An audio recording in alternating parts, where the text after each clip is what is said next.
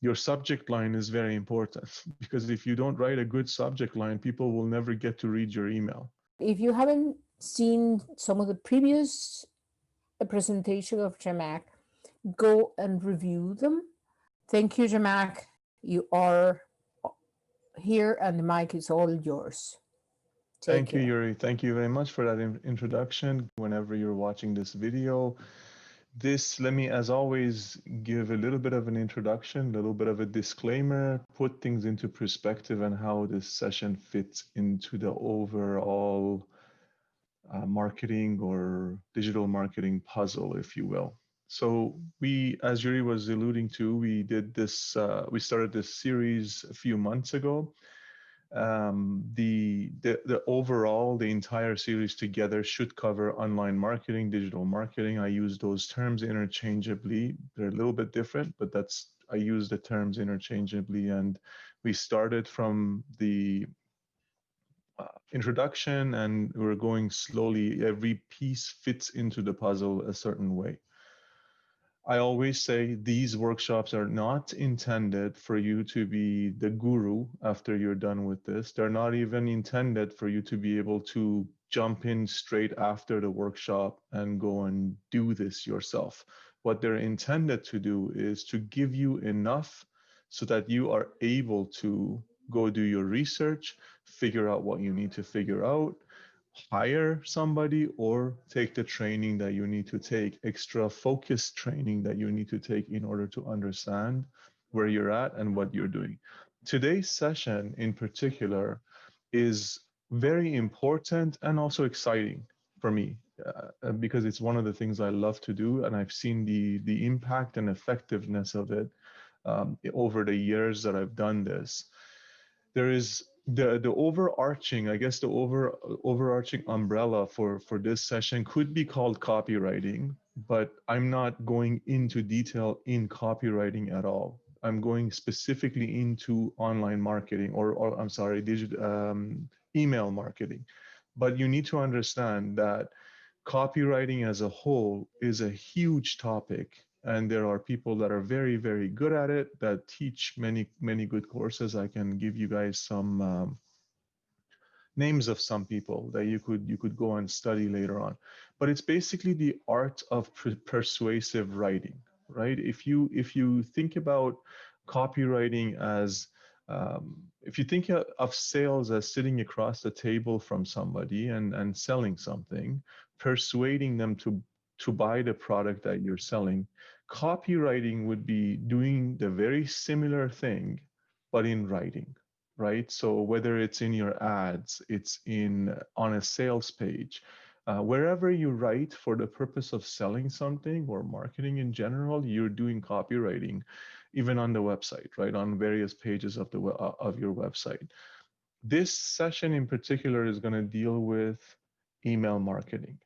I'm going to reference two previous sessions, and I strongly suggest that you watch both of those if you haven't already. One of them is almost a prerequisite to this one. The other one is kind of mechanical, but still needed. So the first one that I said is kind of mechanical is having the means on the website to generate leads. I think this was session maybe 2 that we talked about lead generation. It's in the playlist that Ray just put the link into the chat for us. And if you're watching this video not live later on, you can go to the district YouTube channel and find the playlist there and go through. I think it's called lead generation, if I'm not mistaken, but it is basically about how to put the mechanics on your website to have the ability for somebody to put their hand up and say, I am interested, right? Somebody visits your website and opts in. That's the technical term for it, right? And just previously, it's just briefly, it is the mechanics behind the website that allows for someone to fill out a form, and that lead, that name, phone number, email address, whatever it is we're getting from them, goes into a database. Various ways of doing it. You can do it through CRMs, through autoresponders. So that's in summary what that is, and it's lead generation is the session 3 as Ray just mentioned for us. So that's one session I'd like you to refer to for sure, because otherwise you don't have the machine in place to be able to do this. You don't have the system in place to be able to do this. The second one that I think is an absolute prerequisite to this is the last session that we did. It's called Client Avatar. The content of it is basically the psychology, that you're studying the psychology of your client, of your potential prospect, basically. If you haven't seen that, you can enjoy this session, but especially if you're watching this video later on, I strongly recommend you pause this, go and watch that first, and then come back to this, because without having that background, you won't be able to write good copy. You won't be able to write good emails. All right, having said that, let's dive in. The topic today is about when somebody opts into your list, when somebody, like I said, puts their hand up and says, I'm interested in what you're doing, I'm interested in whatever it is you're promising me. What do we do from that point onwards? How do we craft an email, the series of email that this person receives in order for them for us to build trust, for us to go down the path that we need to go down, which is most of the time it's sales, right? If you think about the idea, let me put it this way: it's persuading somebody to either see the world through your perspective or buy some sort of product that you're saying, product service that you're selling. In our world, in the Toastmasters world, you're taking a prospect, somebody who might have expressed an interest in some offering that our clubs have, all the way through to them becoming a member. And I would suggest beyond that, right? It does not, the journey, in my opinion, for a member, for a Toastmaster member, does not end once they've become a member of the club. It begins there, right? And that then becomes the email marketing that the club leadership decides to do in order to keep that person engaged, let's say. And beyond that, if we're looking at district level, it is what the district leadership team does in order to keep those members, kind of graduate them to a higher level into a leadership role, maybe, and so on and so forth. So that's the reason this topic is super important. It's something that you can continue and continue to do during the lifetime of your clientele. I've always said to my clients, to people I've taught, actually, I was posting this session on LinkedIn today, and this is the thing I wrote was, your email list is your retirement plan. I strongly believe in that, regardless of what industry you're in. If you build a proper email list and nourish that email list properly, strong with content, with the right content that helps people, then that list is with you the entire time, right? If you look at social media, for example, which is very hot these days, the perfect example of it, we just had, I'm not going to get into politics, but we just had somebody very famous get deplatformed, right? That means his platform was shut down on Twitter, on Facebook. That goes to tell you, it doesn't matter who you are, your audience can be taken away from you in an instant, right? You can go to sleep and wake up tomorrow morning and an audience of 1 million people are gone, or even more, right? That's because the platform owns the audience. However, with an email database, you own the email database, right? You may get kicked off of one platform of email marketing. So what? You go to another one. You still have your database. That's why I always recommend people, regardless of how much of an influence they are on social media, to build their email database, because with that email database, they can later start to build a strong relationship, trust relationship, and that lasts them a lifetime. It doesn't go anywhere. Now, here's the next part. Here is what I think makes us lucky to be Toastmasters with this certain topic. And that's because the most influential thing you can do through email is tell stories. And we're storytellers, right? If you're a Toastmaster, you love to tell stories. I don't think I've ever met a Toastmaster that didn't like to tell stories. A lot of us sign up because we want to learn to be better storytellers, right? So as that skill develops, your copywriting also develops. And this is what we want to dive into today, right? So what kind of story do we want to tell? This is the part that ties into the client avatar work that you did last session, last month, right? So if you studied your client well, you know what they need. You know what their pains are. You know what their aspirations are. You know what makes them tick. You know what makes them happy. You know what makes them sad. That's why I said I don't want to get into the details of this topic, but you've done that study and you have all of those details, right? So the story that we want to tell is the story that highlights how a person like your client avatar goes through this through their journey, right? Let's play with some examples. Let's take a Toastmaster related example, right?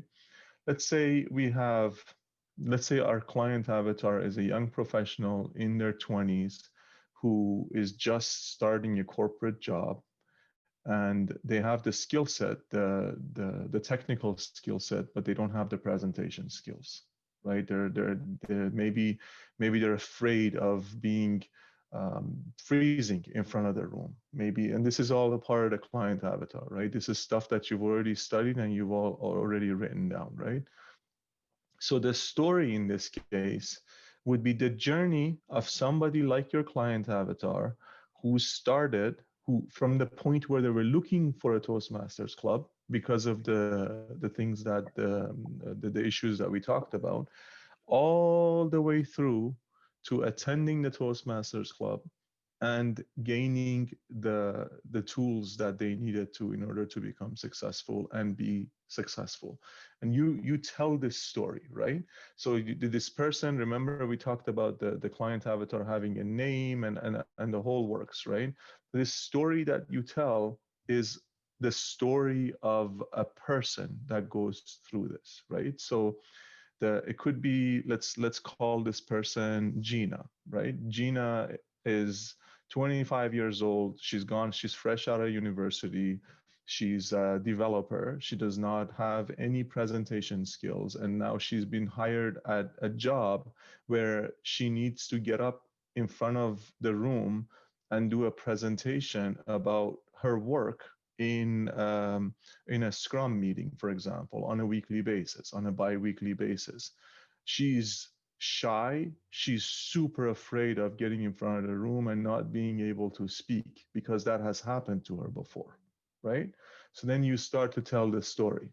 This is the story as, this girl, Gina, does her research, finds various things. Maybe there are communication schools that she finds that are too expensive for her, and she doesn't have the ability to go and take advantage of them, although they might be very, very good. But then all of a sudden she comes across this Toastmasters club, or she gets invited to this Toastmasters club. She goes in. The first day, she's super afraid. The table topics part of the meeting comes up and she's absolutely frozen. She's frightened that, oh my God, what if they call my name? And she's got pins and needles and she can't handle it. But then somebody does call her name and she gets up and she has the ability through the other leaders that are in the room, their support, to be able to speak a couple of words, and then she sits down. All the way through a few months later, when I say all the way through, I'm leaving gaps in the story. The story is there until maybe she gets through a couple of pieces of her pathway, and a couple of levels of the pathway, and she has the ability now, she has the confidence to be able to get in front of the room and speak. And she does that at work, and her boss gives her a promotion because now she can be a team lead because of the ability that she's done this, right? So that's an example of a story. take that sort of sample, you get that, take that structure and apply it to anything, right? The structure of the story is simple. Somebody has a need and they're suffering because of that need. There's a solution. The solution happens to be the product or service that you're selling, that you're trying to persuade the person to buy or use. And then they use that solution. They go through a certain journey, and now they don't have that need anymore. And as a result of that, they're happy, they're content, they can get on with their life, they can achieve their goals. That's the structure of the story that we want to be able to tell. So what I want to do now is I want to have you guys go into breakout rooms, and Yuri is going to help me with that. Two to three people per breakout room. Here's what I want you to do. Decide on a topic, right? If you're here because of a certain product, because of a certain service, then bring it up. Bring it up with your partner, because chances are the other person is only here to learn. They haven't done they don't have a goal in terms of the reason I'm doing this here today is because I'm selling X, Y, and Z, right? If you do and you happen to be in the room, bring that up and try and work on that particular subject. If you don't, come up with something, right? If you happen to be the VPPR in a certain club, then work on that, right? You're a Toastmaster, you're the VPPR, you're going to promote your club. Think about your club, the particular sort of angle that your club has. Every club is a little bit different, right? Not all clubs are created equally. Every club has a different taste, feel, texture to it. So think about your own club. What is it that you bring to the table, and who is it suitable? I understand that you probably have not done the client avatar work that we talked about. Just guess at this point, right? Guess. It's going to be you'll only be in there for about 10 minutes. But what I want you to do is I want you to put the structure of this story together. And don't stop. Keep going until we close the room, basically, right? So keep going. You have 10 minutes. For 10 minutes, put a story together, storyboard something, right? So when you come back to the room and I'll give you the next step, you have something to work with, okay? Before we go into the breakout rooms, are there any questions about what you're going to do in the breakout room? Because I don't want you to be lost. I don't want you to go. I'll jump between the rooms and I'll try and help. I'll just basically be sitting and listening. But are there any questions in terms of clarity that you might need? No? All right. Yuri, I think we're ready. And then as far as time, we want to be in there for about 10 minutes. Yeah, I set it up for 10 minutes and 60 seconds before I start the countdown. Okay, perfect. Okay? Perfect. Send everybody.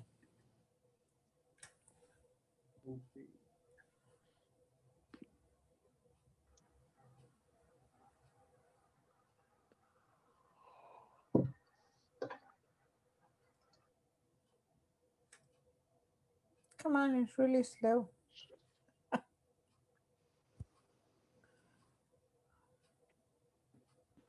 I'm trying to figure out which room I'm supposed to go to. You're going to go to room 3. It's going to send you in a minute. It's Okay. really slow. It's just... I'll just join room 3. Okay. Okay. We'll see you in a bit.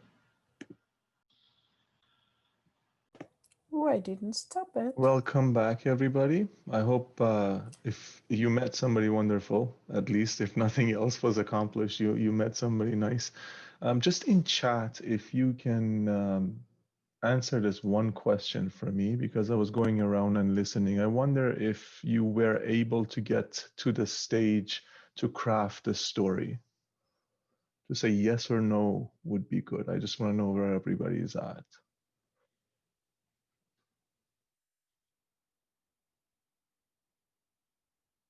Okay, I have 2 yeses. All right, well, we'll continue. We'll continue then. So let's go to the next part. Once we have this story, and this is the part that's fun for me. How many of you type in your favorite Netflix series into chat? If you have the time to watch watch a show on Netflix, what is your favorite show? And if you haven't,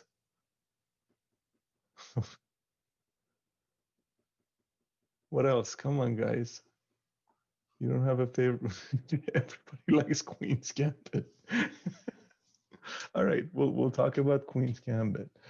You know how you watch an episode and it gets to a point towards the end where the story just lingers on, right? You have that cliffhanger. And Netflix does a wonderful job of this, where they have the little 30-second, 15-second, whatever clock that if you don't stop it, it jumps into the next episode automatically, right? Because it knows that we want to watch that next episode. The reason we want to watch the next episode is because there is a cliffhanger, right? You're like, oh, I can't believe they left it at that. You want to go and watch that next show. You want to see what happens. What's the rest of the story? So keep that in mind as we go into this next session. What we want to do is we want to take our story and we want to divide it up into episodes, right? We want to divide this story into a number of episodes. Now, how many episodes depends on your story, depends on the task you're doing. I usually suggest you do at least 5 to 7, right? So 5 to 7 episodes of your story.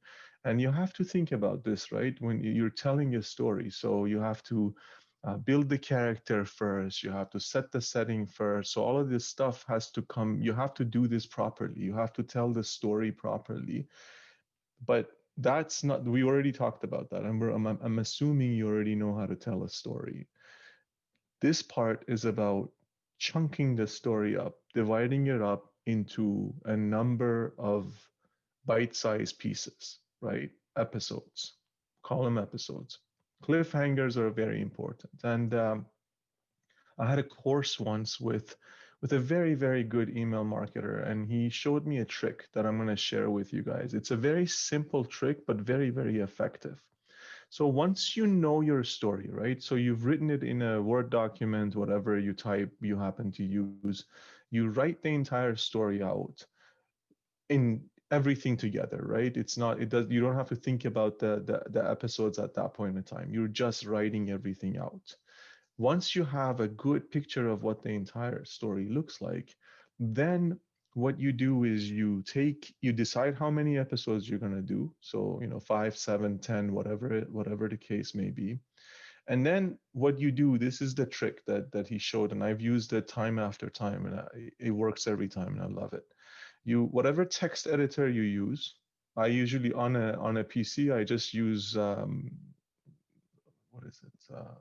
Notepad, the simplest text editor. It doesn't matter, whatever it is that you're using, and you launch that many instances of the software, right? So if you're using Notepad, and I have one open here set up, I'll share my screen real quickly and try and show you that.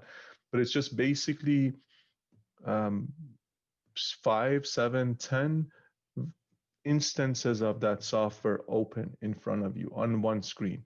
It's easier to write on a big screen, but if you don't have a big screen, then you don't have a big screen. You have to go with what you have, right? Just 1 second. I'm going to share the section of the screen that this is in. Yes, perfect. So for this particular example, I did 5 episodes, right? So my story is 5 episodes long.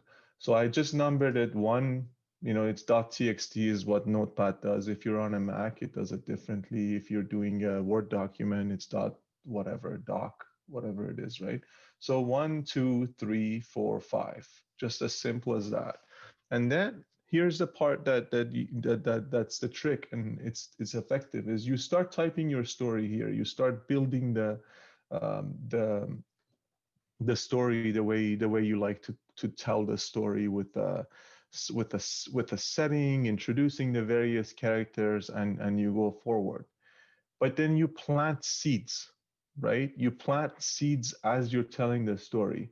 So you'll make statements like, he met a girl, but I'll tell you all about that later, right? That's a story that I'm planting. That's a seed that I'm planting in the story. Hopefully that makes sense, right? So, or you say something like, he had an unfortunate thing happen to him when he was 5 years old, but we'll get to that later, right? So these are seeds that you're planting so that you can get to them later on, right? These are the things that create those cliffhangers.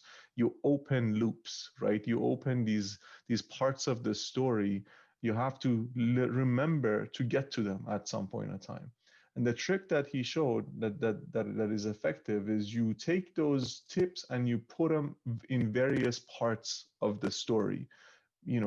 So for example, if the tip, if you in episode 1 you talk about this guy meeting a girl, and you write this in here, you in episode 3 you just put in some reminder. You say meets a girl, right? Or if you say something happened to him when he was a child, you write that in episode 2, for example. You put the reminder in episode 5. You say, talk about the childhood incident, right? This way you remember how to tie it all in. In other words, what you're doing is you're writing all the episodes almost simultaneously. You're playing with all the elements simultaneously. It's not like you write episode 1 now and then you deal with episode 3 later when the time comes. That's not a good way of doing it, because we tend to forget what we said when we're telling it, because these things can be far apart from each other. It gets challenging when the number of emails that you're writing grows, if it's the sequence is a longer sequence, right? So you do these open loops and you tell the story as you go along. And when you get to the various parts that you discussed, the loops that you opened up, when you get to those sessions, to those episodes, you make sure that you describe them in those episodes as you go through. So the idea, what you're trying to do overall, is you're trying to tell a story in segments rather than all at once. You're trying to tell it in 5 segments, 7 segments, 10 segments, whatever the case may be. And you have to plant seeds in various parts of the story. You have to open the loops and you have to remember to close those loops. If you don't close the loops, you leave your reader hanging, right? They're kind of like, what happened to whatever, right? Like, what happened to the thing about the girl? He told us about the girl. What happened about the girl? Everybody is just kind of wondering what happened. That sort of keeping them hanging is a good thing, but you have to satisfy that thirst at some point in time. If you don't, your reader would be disappointed, and that's not what we want to have happen. So as you go through and you build this, you have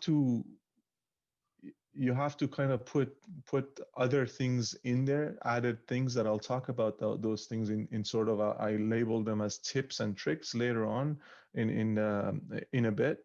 But for now, what I want you guys to do is to take the stories you worked on just a few minutes ago in the breakout room and go and try and divide them into episodes.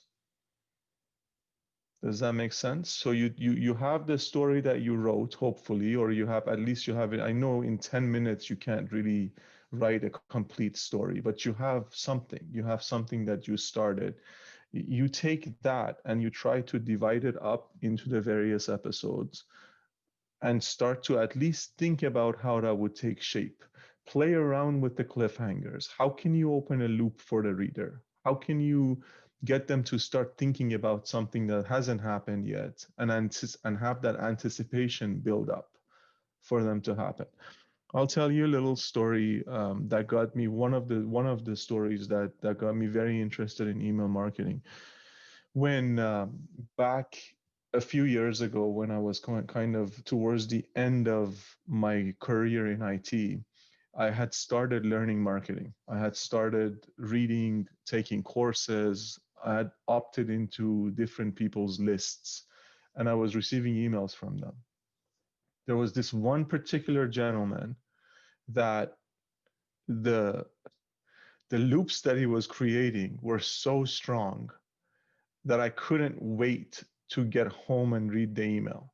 I would see it pop up on my phone. I would pull over to the side of the road, read the email before continuing to drive again. That's how good this person was. But this is not, doesn't just have to do with how good you write the story. I would say it's probably 30% about how good a storyteller, how good a writer you are. The other 70% is about the client avatar work, right? He was in my head. He knew exactly what I was thinking. He knew my weaknesses. He knew my inclinations.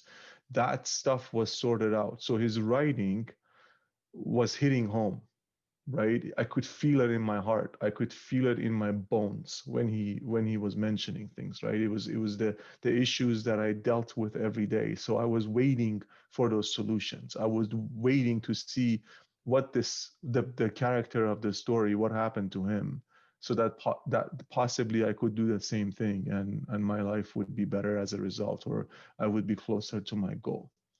So with that, if you guys have questions about what we're going to do right now, again, please go ahead and ask. So to do with the activity that we're going to do in the breakout rooms. Thank you, Jamak. I have a question before moving forward. We talked about how we develop story based on that client avatar or the persona that we have. And my question is, if we came to this conclusion that actually we have more than one client avatar in our business or in our Toastmasters club based on demographic or let's say psychological parameters that we talked. My question is, are we going to differentiate or tailor our email marketing based on that? It means that for certain type of our personnel, we're going to tailor different storytelling or not. Would you please elaborate a little bit on that? Absolutely. So this is a overall question, Mariam, right? This isn't just to do with email marketing, because you could ask the same thing about social media. You could ask the same thing about product design, everything, right? Because basically what you're saying is you're saying we have two different types of demographics here. How do I deal with this, right? And I've seen two different ways of handling this properly, and I'll share both of them with you. One is you develop content that caters to both of these groups, but you develop two sets of contents, not one content that caters to both. You develop two different sets of content. One caters to group one, the second one caters to group two. What happens in the long run, and I think I talked about this before, maybe last time. I know an example of someone who has a very, very successful podcast, right? Millions of downloads every episode that the guy puts out. He very clearly says there are three different groups in my audience. So there's always a 30% chance that you like what I'm putting out, right? So he knows what he's doing. Every out of three podcasts that he puts out, one of them caters to one of the groups for sure. The other two don't, right? And he's okay with that. He understands that the other two are not going to listen to that. And the audience understands that as well, right? So that's one way of doing this. That's way number one, right? Way number two is, I don't know if you've heard that this expression of great art divides the audience, right? So you look at a painting. If it's a great painting, you either love it or you hate it with a passion. Same thing is true with music, right? There's a certain group of people that absolutely love it, right? So what happens is, the second way is catering to one audience only, and the other type of audience just basically drops off after a while, right? So if you look at a Toastmasters club, for example, if that's what you're looking at, what will end up happening after a while is you focus on one audience, the other group hopefully finds other clubs, right? But that one club becomes very, very good at attracting that one type of audience. In other words, you specialize in one thing, right? And that's true with many different businesses. It's not just, if you look at a real estate agent, for example. A real estate agent could focus on first-time home buyers only, and he or she could become the guy in town that every first-time home buyer goes to, and he's going to be extremely successful anyway, right? Does that answer your question? Absolutely. Thank you so much. Okay, perfect.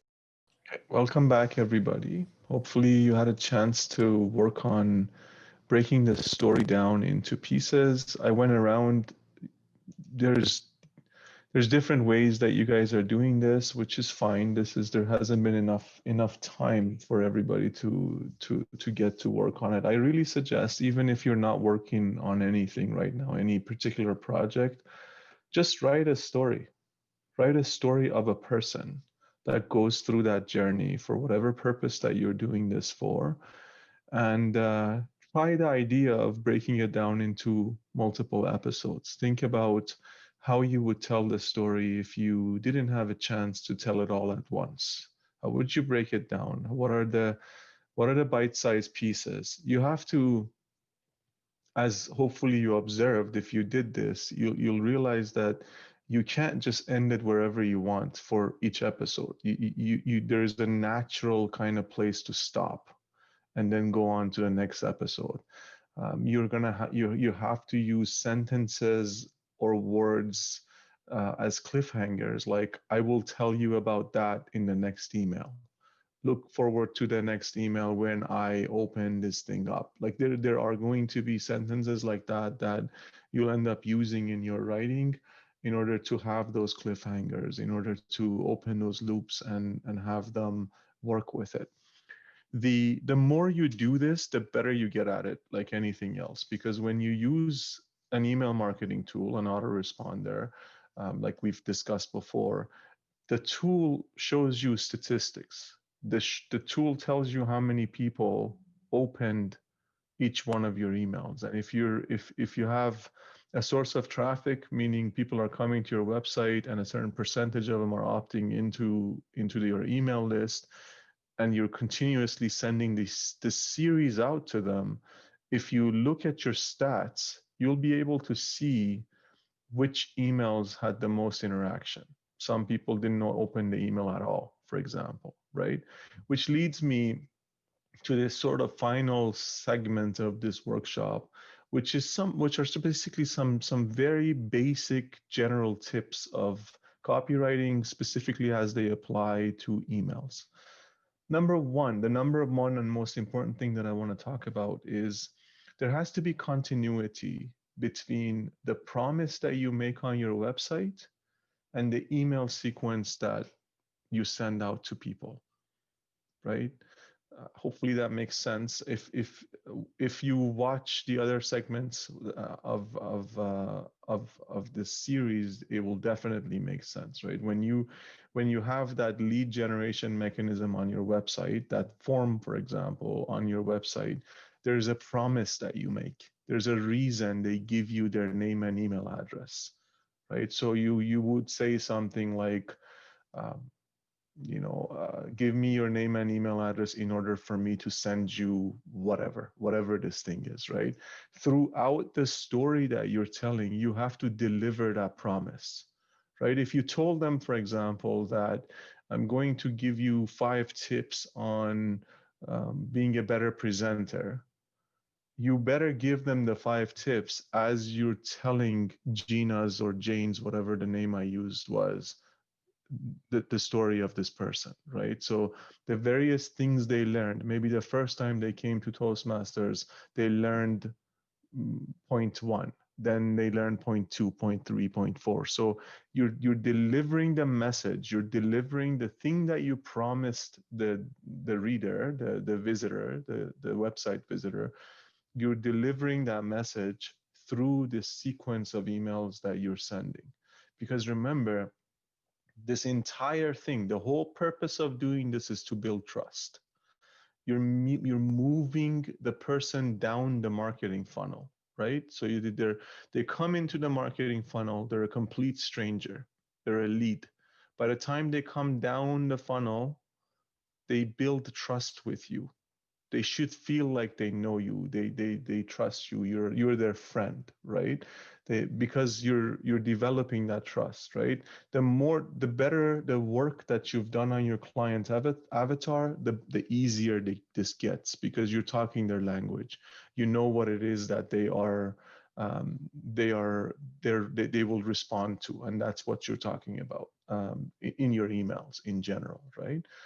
So that's one thing. It's very important. It's probably the most important thing you take away today is when you promise something, deliver on it. Don't promise one thing and then go into a story that doesn't make any sense whatsoever, right? That's the number one thing. Number two is what I think is, I could call it a myth. I could say it's a mistake that almost everybody who starts out makes. And the more educated you are, the more likely you are to make this mistake. And that's using big words, long sentences in your copywriting, in your email writing. Keep it simple, keep the sentences super simple, use words that are simple words, not complicated. You look at good copywriters, you look at their emails. I'll give you another story. There was a period of time when I was studying this. This was back in, I think, 2012, if I'm not mistaken. I had subscribed to both the Republican and the Democratic candidates that were running for the United States presidency at that point in time. And I was reading their emails. I was analyzing their emails because they were sending series of emails. And these are the best, probably one of the best copywriters in the world doing these things, get paid a lot of money. Sentences were probably at a level of a third grader, maybe that, right? Because they were so simple. There's no complicated words in there. Some of the sentences were 3 words long, paragraphs. It's like one sentence, next line, space, another one, long email like that, right? We tend to respond to those things better. However, now there is a if here. If you're trying to sell a PhD degree or a master's degree, you probably don't want to do this, right? So this is again goes back to your client avatar. If you're trying to sell to a very highly educated population that will look at your email and go, what is this? Like, that doesn't make, this isn't for me. This was written for a third grader. Then don't do that, right? This is not a blanket statement, but in general, you want to keep your emails very simple. You want to keep your sentences short. You want to use simple words, word structure. Don't make it overcomplicated. Use friendly language. This is another one, right? Write as you speak. You're not writing an essay. Imagine, and I said this last time as well, with your client avatar, once you've built it, a lot of people have a picture to go along with the client avatar. You have that, you're writing the email to this person. Imagine you're sitting across the table talking to them as you're writing this email. You are not writing an essay, right? You're not writing a thesis for university. You're writing a very simple personal email telling a story. That's how you should be thinking as you go along and do this. Next thing I want to tell you is about training your audience, training your reader. Because we're trying to persuade people, because we want people to take action ultimately, from the very first email, we want to give them homework. We want to ask them to do something, right? Now, when I say homework, I don't mean go tell them to, like go study something, right? Maybe send them a link to a video to go watch, right? Maybe have them go look up an article, maybe attach a PDF they can download and look at, right? Ask them to do something, right? So you write the email. In the email, at least one time, ask them to do something, whatever it is. It might seem like there's no point to it, but you can always add value. right? So you tell a story, for example, about the very, let's say, the opening of this email series that we talked about for the Toastmaster candidate, the prospect. We talked about how shy this person was and how timid they were and all that stuff. Maybe include a TED talk about somebody who overcame their shyness, or like a video about someone, how frequently university students happen to be shy, a study of some sort, right? So something that relates to it, but it's not you. You're asking them to do something. Again, in your CRM, in your email marketing system that you're using, you have the ability to see how many people clicked on the link, how many people downloaded the PDF. So you can see if they're interacting with the content the right way. You can decide if the words you're using are working or not working. You can do A/B test with emails, right? You can write 2 different versions of the same email and send it and see which one works better. And I would say keep everything the same, change just a couple words maybe. The call to action, the thing you're asking them to do, change a few words there and see which one performs better. And then based on that, you learn that with this particular audience, this word structure works better. Right? So always ask them to do something. Asking them to do something could include a reply to your email. Somewhere in the email, you could say, hey, hit the reply and let me know how you're doing. As simple as that, right? And see how many people actually hit the reply and tell you how they're doing, right? Last but not least, and I've mentioned this before in one of these sessions, I can't remember which one, the PS line. PS line in an email is very effective. If you write sometimes PS and PPS, right? If you track what people do with your emails, you'll see that the PS lines work very well. If you put a link, for example, if you put a link at the top of your email and you put the same link in the PS, right? So let's say Ray is sending a video out, a link of a video out to the club, and saying, I edited this video, check it out and see how you like it. He starts his email by saying, hey guys, last week I spent 3 hours editing this video, and the video is hyperlinked so they can click on it. And he continues to go through the email. This video does this, this, this, this. He ends, thanks guys, I'll talk to you later, Ray. And then PS line, he says, by the way, minute 3 of the video just blew my mind, in the PS line, right? You'll see if you go look at your CRM, I can guarantee you more people will click on the thing in the PS than the link at the top of the email. It doesn't make sense necessarily because the first link comes first. You would think they click on that first and they won't read it, but studies that they've done show that people sometimes even skip the entire email and read the PS line. For some reason, we think our brains think that's more important. We just jump down to the PS line. Play with it, test it, see if it works for you. And if it does, great. I would stay away from a lot of caps and various formatting in the email. Keep the email simple.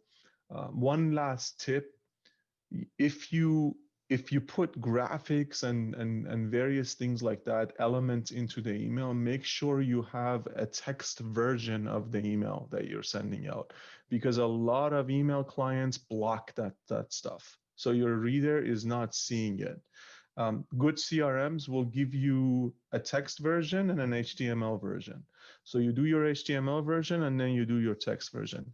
Personally, I stay away from doing a lot of fancy graphics and things like that. I put my focus on writing well. I want to train my readers to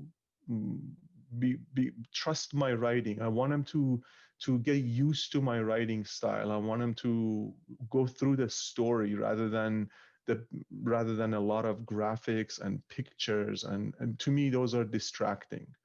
I want them to focus on the content of the email rather than that.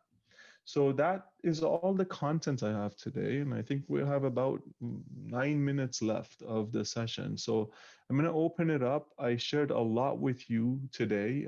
This isn't something, like I said at the beginning, that you're going to be able to go and implement right away. But hopefully I've been able to give you enough where you can go dig a little bit more and get the tools that you need in order to be able to write very good, persuasive emails. Yeah, so frequency is your question, if I'm understanding it right. How frequently should we be sending the emails out? That's the answer to that is not one blanket. I can't give you one answer that's the correct answer in every single scenario.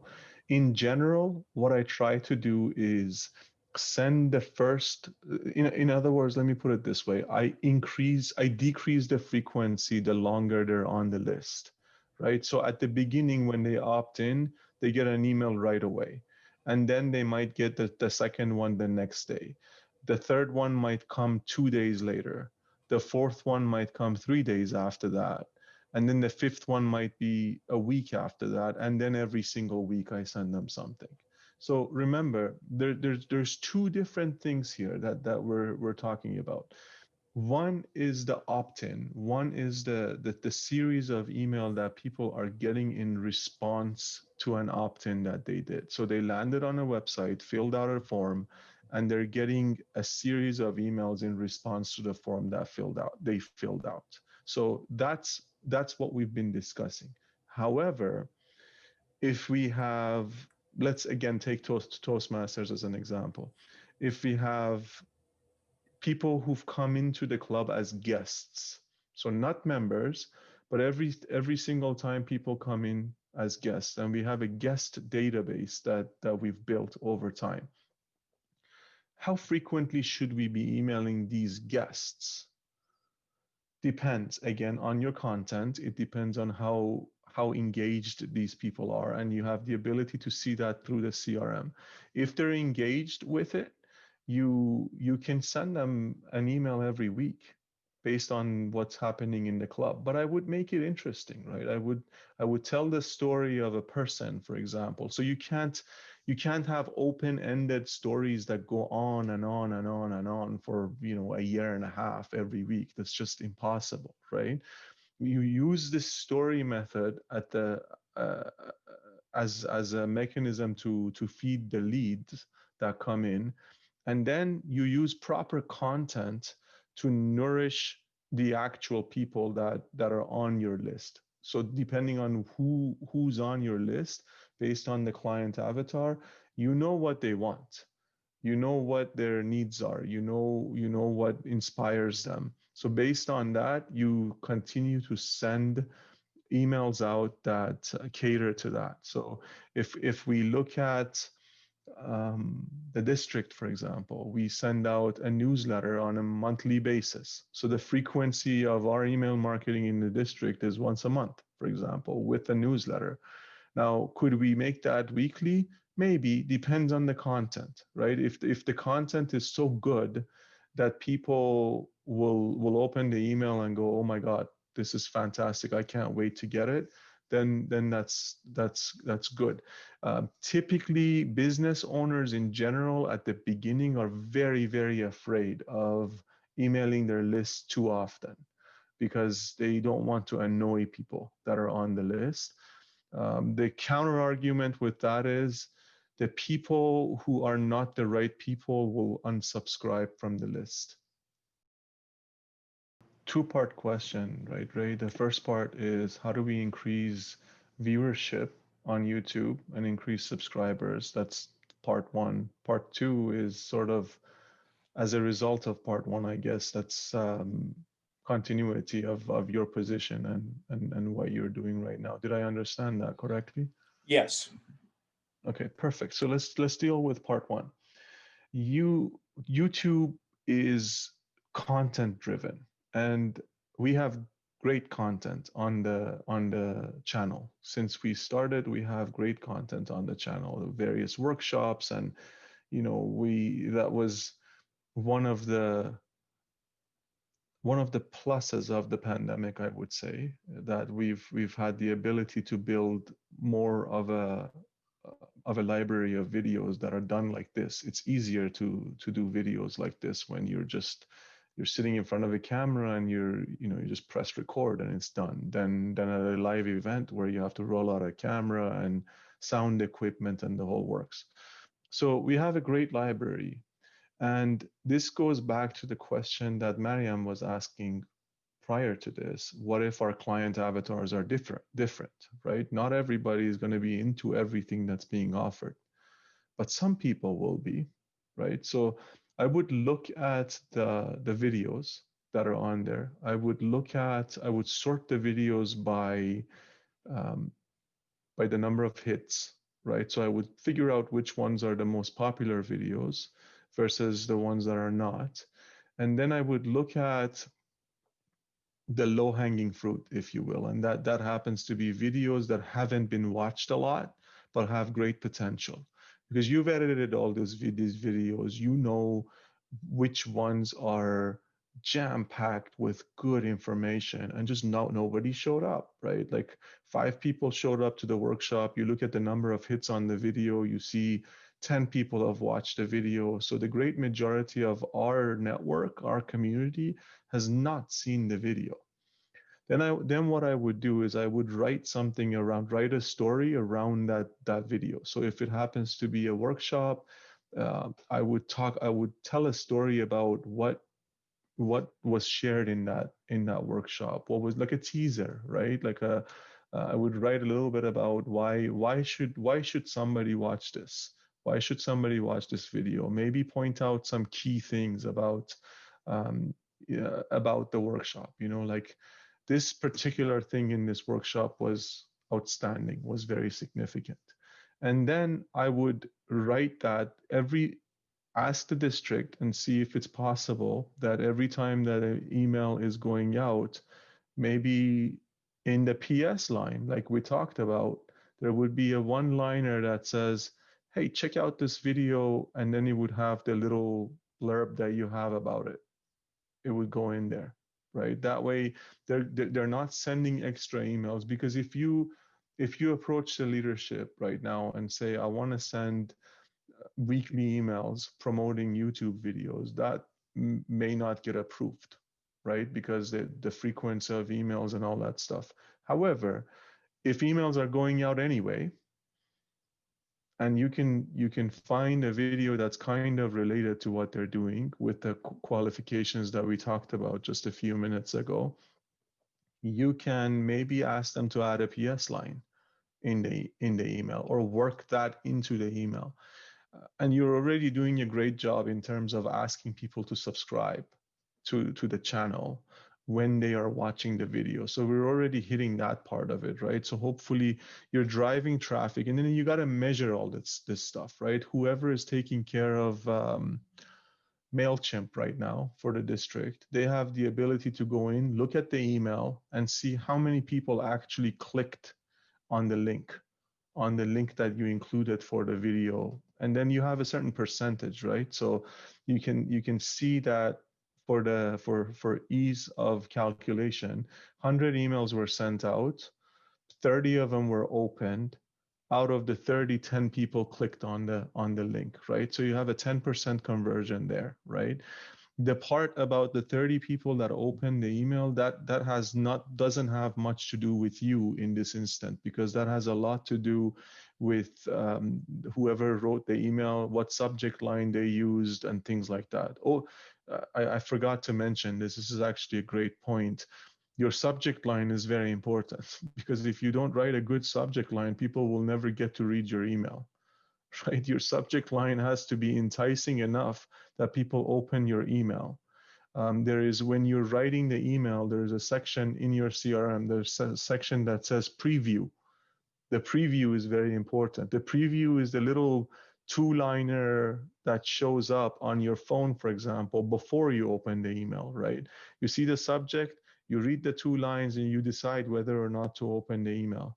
You can, within the CRM, within the autoresponder, you have the ability to write those couple of sentences separately.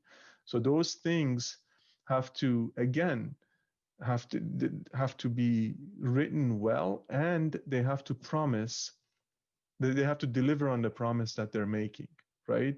So if you write on the subject line, say, incredible tips on email marketing, and then they open the email and it's about what type of food to eat, you've instantly broken trust. I'm giving a very hypothetical example. We would never do something like that. It sounds funny, but to make a point, right? So you got to make sure those things are right. But going back to the subject, when you're tracking those clicks, then you can see how many people came over to YouTube. And because of the fact that you had hand-picked that particular video, you know how many hits it had prior to you sending the email. You know how many people clicked on the link. So the increase in the numbers of the hits on the video should correlate to a certain extent, right?